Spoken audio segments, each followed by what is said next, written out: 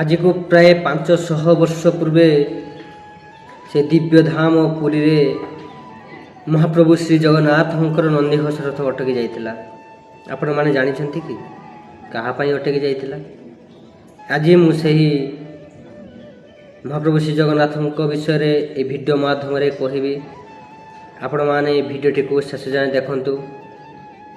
जदि आपण वीडियोटी को यूट्यूब रे सर्च मारिबे, मो चैनल ना होची शशि लुहरे श्रीक्षेत्र जगह, शशि लुहरे श्रीक्षेत्र जगह। जदि चैनल टी को सब्सक्राइब करि नहांती प्रथमे सब्सक्राइब करंतु, वीडियोटी को लाइक करंतु, शेयर करंतु, कमेंट माध्यम रे मतामत दियंतु। चलंतु वीडियोटी देखंतु।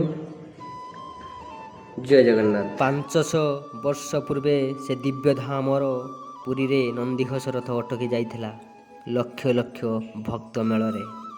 आपण माने जानिछंती कि से रूपजीवी जमुनार कथा? रूपजीवी जमुना जड़ंग साहि रे तांको घर।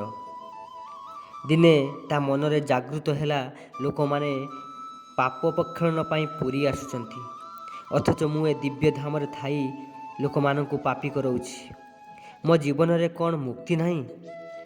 जीवी जगन्नाथ को देखिबा पाई जीवी।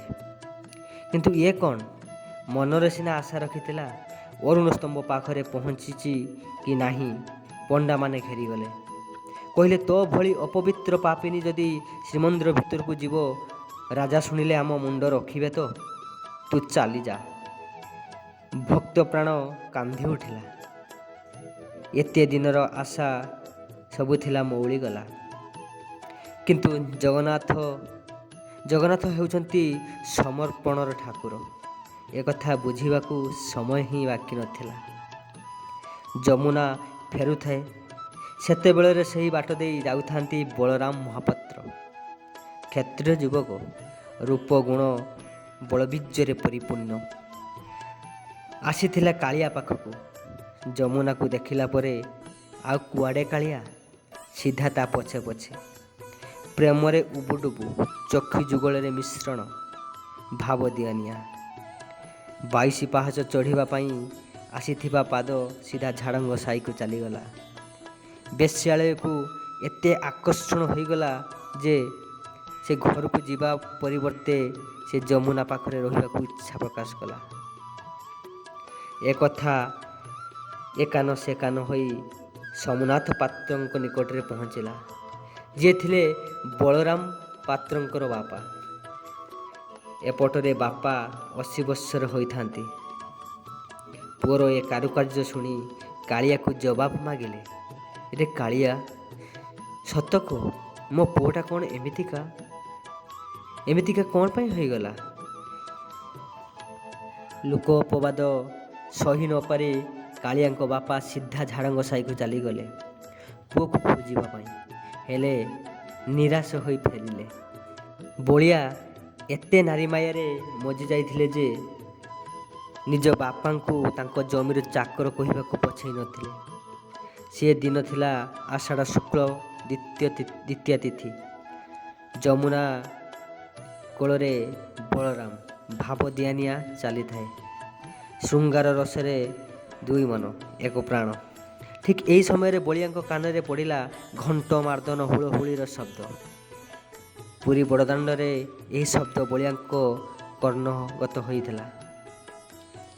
बलिया जमुना को पचारिले, ए घंट हुलहुली काहींकी? जमुना कहिले, एटा कालिया सान्तंकर लीला। आज परा भक्तों को दर्शन देवा पाई बड़दाण्ड को ओह्लै आसिचंती। एतिकी कथा शुणिकी बलिया दौड़िले कालिया पाखकू। जे कालियार ताकू किए अटेकेइब? कामदेव सिना दुष्टता कले, हेले कालिया जहाकू आकर्षण करे तार आकर्षण रे आगरे कामदेवी भी फिका पड़ी जाती। एथर बलिया भाविला, एथर कालियार दौड़ीटी को टाणीदेवी। बलियार रूप देखि समस्ते हसिले। समस्ते जानिछंती ये जमुना पाखरे रहुची। तापरे गालरे बेश्यार चुंबन। अपवित्र अशुद्ध रथ दौड़ी छुईबाकू देलेनी बलिया को पंडा माने। शेषरे बलिया कालिया को प्रश्न कला, कालिया एटा कौन तोर बड़पण? ତୋ ଭକ୍ତ ମାଡ଼ ଖାଉଛି ରେ। ତୁ ସାକ୍ଷୀ ଦେବୁନି? ହଉ ଠିକ୍ ଅଛି, ମୁଁ ଯାଉଛି। ପ୍ରକୃତରେ ଯଦି ମୁଁ ତୋ ଭକ୍ତ ହୋଇଥିବି, ଏ ବଳିଆ ନ ଛୁଇଁଲା ଯାଏଁ ଏ ରଥ ଗଡ଼ିବନି କହୁଛି। ବଳରାମ ଚାଲିଲେ ବାଙ୍କି ମୁହାଣକୁ। ବାଲିରେ ରଥ ତିଆରି କଲେ 3ଟି ରଥ। ଭକ୍ତିରେ ପରିପୂର୍ଣ୍ଣ ବଳିଆ। କାଳିଆ ସହିତ ବଳିଆ ସୁଭଦ୍ରାଙ୍କୁ ଡାକି ଆଣିଲେ ରଥକୁ। ରଥରେ ବସାଇ ଦେଲେ। ବଡ଼ଦାଣ୍ଡରେ ଶତକୁ ଶତ ରଥ ଅଟକିଗଲା। ଲକ୍ଷ ଲକ୍ଷ ଭକ୍ତ ଘୁଞ୍ଚାଇ ପାରିଲେନି କାଳିଆକୁ।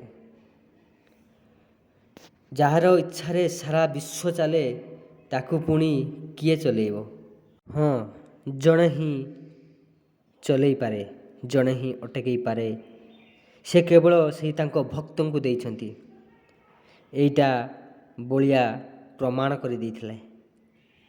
ପୂଜା ପଣ୍ଡାମାନେ ଛାନିଆ, ରାଜା ଛାନିଆ, ଭକ୍ତଙ୍କର ବୁଦ୍ଧି ହଜିଗଲାଣି।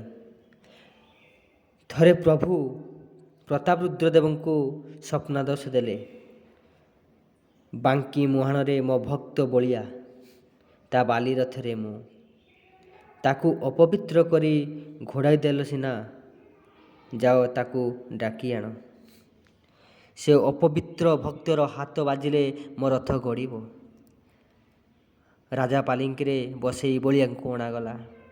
ବଳିଆ ହାତ ଲଗେଇବାରୁ ତାଙ୍କ ରଥ ଗଡ଼ିଲା।